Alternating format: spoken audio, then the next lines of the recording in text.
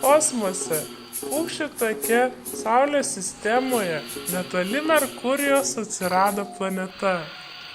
Ją sukūrė nepažįstami padarai – teletabiai. Toje planetoje auga ąžuolai ir gyvena 13 teletabių, kurie labai mėgsta valgyti, žaisti ir išdykauti. Savo ąžuolyną jie tręšia, laisto ir renka ten gėles. Po sunkios ir linksmos dienos pavargę susėda ant rąstų ir geria ąžuolinių gilių gėrimą.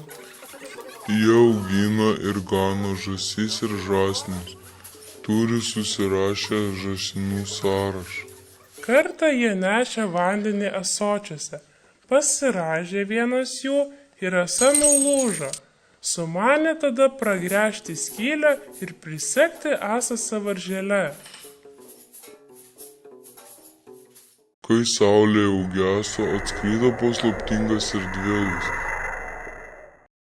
Bet teletabiai drąsiai jį pasitiko, nes jų sąžinė rami. Atsidarius erdvėlaivio durims išlipo žmonės ir pradėjo teletabius mokinti nosinių raidžių rašybos. Jie pakabino milžinišką plakatą, kuriame buvo surašytos visos nosinių raidžių žodžio šaknyje taisyklės.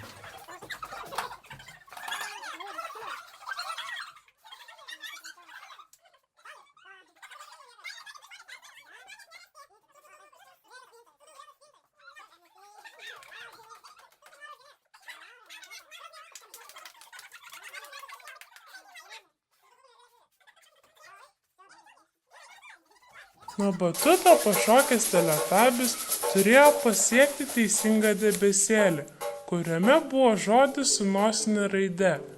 Pasiekęs teisingą debesėlį gaudavo pramogą paskraidyti ant to pačio debesėlio.